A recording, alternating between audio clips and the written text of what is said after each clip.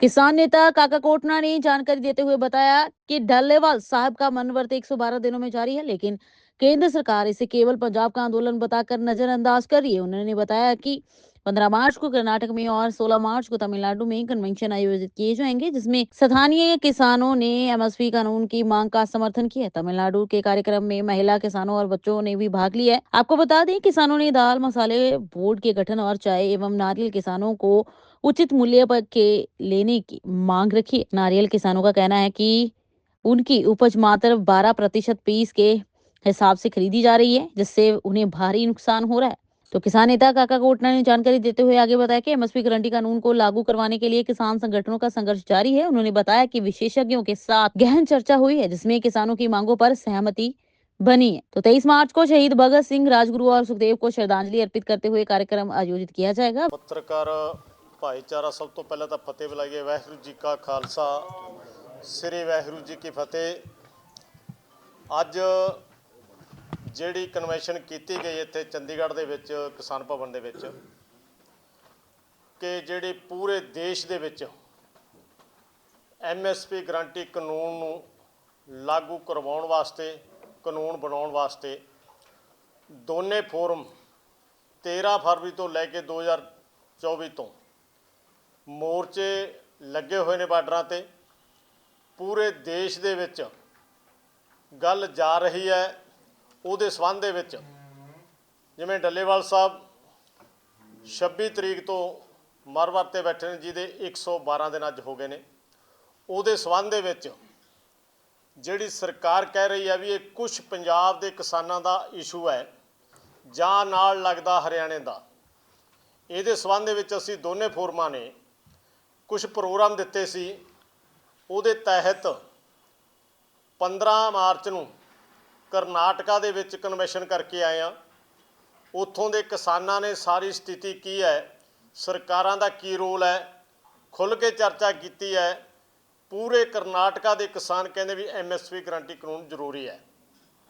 ਕੱਲ੍ਹ ਜਾਣੇ 16 ਮਾਰਚ ਨੂੰ ਤਾਮਿਲਨਾਡੂ ਦੇ ਵਿੱਚ ਇੱਕ ਨਵੇਂ ਤਰੀਕੇ ਦੇ ਵਿੱਚ ਲੰਮਾ ਸਮਾਂ ਅਸੀਂ ਕਿਸਾਨ ਜਥੇਬੰਦੀਆਂ ਨਾਲ ਜੁੜੇ ਹੋਏ ਹਾਂ, ਪਰ ਅਸੀਂ ਪਹਿਲੀ ਵਾਰ ਵੇਖਿਆ ਕਿ ਨਾ ਉਹਨਾਂ ਨੇ ਕੋਈ ਡੀਸੀ ਦਫ਼ਤਰ, ਨਾ ਕੋਈ ਸਟੇਟ ਲੈਵਲ ਦਾ ਦਫ਼ਤਰ, ਉਹਨਾਂ ਨੇ ਉਹ ਨਿਸ਼ਾਨਾ ਚੁਣਿਆ ਗਿਆ ਖੇਤਾਂ ਦੇ ਵਿੱਚ ਕਨਵੈਨਸ਼ਨ ਕਰਵਾਈ ਗਈ, ਜਿੱਥੇ ਜ਼ਰੂਰੀ ਹੈ ਵੱਡੇ ਪੱਧਰ 'ਤੇ ਤਾਮਿਲਨਾਡੂ ਦੀਆਂ ਔਰਤਾਂ ਨੂੰ ਲਿਆਂਦਾ ਗਿਆ ਉਹਦੇ ਵਿੱਚ, ਅਤੇ ਨਿੱਘੇ ਬੱਚਿਆਂ ਤੋਂ ਪ੍ਰੋਗਰਾਮ ਕਰਵਾਇਆ ਗਿਆ।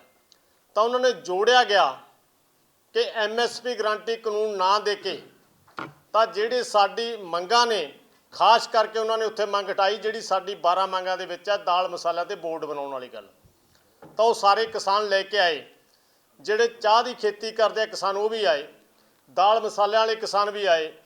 ਤਾਂ ਦੂਜਾ ਜਿਹੜਾ ਉਹਨਾਂ ਨੇ ਐਮਐਸਪੀ ਗਰੰਟੀ ਕਾਨੂੰਨ 'ਤੇ ਜਿਹੜਾ ਆਪਣਾ ਨਾਰੀਅਲ ਇੱਥੇ ਹੈ, ਉਹ ਕਿਸਾਨ ਵੱਡੇ ਪੱਧਰ 'ਤੇ ਆਏ। ਜਿਹੜਾ 300 ਦਾ ਇੱਕ ਪੀਸ ਹੈ, 300 ਗ੍ਰਾਮ ਦਾ, ਤਾਂ ਉਹਨਾਂ ਤੋਂ 12 ਰੁਪਏ ਖਰੀਦਿਆ ਜਾ ਰਿਹਾ। ਜਾਣੇ ਉਹ ਕਿਸਾਨ ਵੀ ਕਹਿੰਦੇ ਵੀ ਐਮਐਸਪੀ ਗਰੰਟੀ ਕਾਨੂੰਨ ਹੋਣਾ ਚਾਹੀਦਾ। ਤਾਂ ਵੱਡੇ ਪੱਧਰ 'ਤੇ ਜਿਹੜਾ ਅਸੀਂ ਕੱਲ੍ਹ ਕਰਨਾਟਕਾ ਦੇ ਵਿੱਚ ਕੀਤਾ, ਅੱਜ ਕਨਵੈਨਸ਼ਨ ਜਿਹੜੀ ਚੰਡੀਗੜ੍ਹ ਦੇ ਵਿੱਚ ਕੀਤੀ, ਅਤੇ 21 ਤਰੀਕ ਨੂੰ ਰਾਜਸਥਾਨ ਦੇ ਵਿੱਚ ਗੰਗਾਨਗਰ ਦੇ ਵਿੱਚ ਕਨਵੈਨਸ਼ਨ ਕਰਾ ਰਹੇ ਹਾਂ, ਅਤੇ 22 ਤਰੀਕ ਨੂੰ ਹਰਿਆਣੇ ਦੇ ਵਿੱਚ ਫਤਿਆਬਾਦ ਉੱਥੇ ਵੀ ਕਨਵੈਨਸ਼ਨ ਕਰਾ ਰਹੇ ਹਾਂ ਕਿ ਐਮਐਸਪੀ ਗਰੰਟੀ ਕਾਨੂੰਨ ਪੂਰੇ ਦੇਸ਼ ਨੂੰ ਕਿਉਂ ਲੋੜ ਹੈ, ਕਿਉਂ ਹੁਣ ਤੱਕ ਸਰਕਾਰ ਨੇ ਵਪਾਰੀਆਂ ਤੋਂ ਲੁੱਟ ਕਰਵਾਈ ਕਿਸਾਨਾਂ ਦੀ। ਉਹ ਸਾਰੇ ਇਸ਼ੂਆਂ 'ਤੇ ਜਿਹੜੀ 19 ਮਾਰਚ ਨੂੰ ਸਰਕਾਰ ਨਾਲ ਮੀਟਿੰਗ ਹੋਣੀ ਹੈ, ਇਹ ਸਾਰੇ ਇਸ਼ੂ, ਸਾਰੀਆਂ ਸਟੇਟਾਂ ਦੇ ਇਸ਼ੂ ਉਹ मीटिंग ਦੇ ਵਿੱਚ खुल के रखे जाएंगे। अभिमन्यु कोहाड़ ने कहा कि केंद्र सरकार अमेरिका के दबाव में आकर इंपोर्ट ड्यूटी कम करने की योजना बना रही है, जिससे भारतीय किसानों को बड़ा नुकसान रहेगा। उन्होंने कहा कि सरकार को इस फैसले का विरोध करना चाहिए ताकि देश के किसानों का और नुकसान ना हो। और क्या कुछ कहा है उन्होंने, आइए सुनते हैं। जो किसान लंबे समय से कह रहे हैं कि एमएसपी गारंटी कानून बनाया जाना चाहिए और देश के सभी वर्गों को एमएसपी गारंटी कानून से फायदा होगा।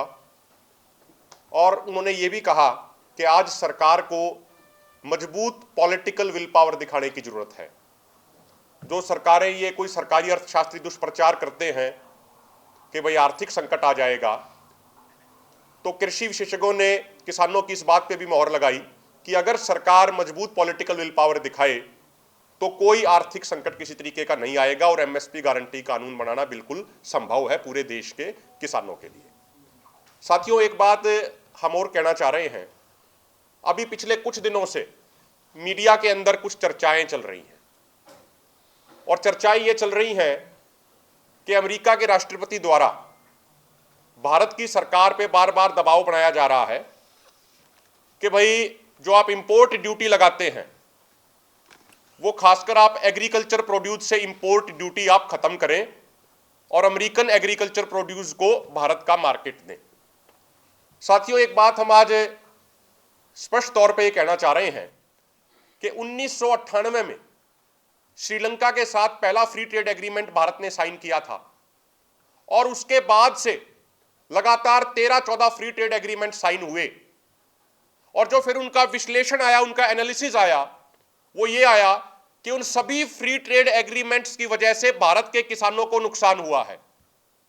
श्रीलंका के साथ फ्री ट्रेड एग्रीमेंट हुआ, दक्षिण भारत के जो हमारे किसान जो मिर्च मसाले की खेती करते थे उनको बहुत ज्यादा नुकसान हुआ, नारियल के किसानों को बहुत ज्यादा नुकसान हुआ। इसीलिए ये बात बिल्कुल स्पष्ट हो चुकी है, ये बात बिल्कुल साबित हो चुकी है कि फ्री ट्रेड एग्रीमेंट से भारत के किसानों को नुकसान हुआ है। अमेरिका जैसे जो पश्चिमी मुल्क हैं, इसके अलावा इंग्लैंड है, फ्रांस है, जर्मनी है, चीन है, जापान है, दक्षिण कोरिया है, वहां की सरकारें एग्रीकल्चर प्रोड्यूस को एक्सपोर्ट करने के लिए वहां के किसानों को भारी भरकम सब्सिडी देती हैं ताकि कम से कम मूल्य में माल का प्रोडक्शन हो जाए, एग्रीकल्चर प्रोड्यूस का प्रोडक्शन हो जाए और फिर उसको वो एक्सपोर्ट कर सके। तो पश्चिमी देश अपने एग्रीकल्चर प्रोड्यूस सस्ते रेट में हमारे यहां पे डंप ना कर पाए, इसलिए इंपोर्ट ड्यूटी लगाई जाती है। लेकिन अब अमेरिका के राष्ट्रपति, अमेरिका की नई सरकार भारत की सरकार पे दबाव डाल रही है कि आप ये इंपोर्ट ड्यूटी खत्म कीजिए। अगर भारत सरकार इस तरीके का गलत कदम उठाती है तो वो एक तरीके से भारत के किसानों का गला घोटने के बराबर होगा। ऐसी परिस्थिति में भारत के जो खासकर जो मक्का के किसान हैं, जो सोयाबीन के किसान हैं, जो दूध के किसान हैं, जो पोल्ट्री के किसान हैं, वो पूरे तरीके से बिल्कुल खत्म हो जाएंगे।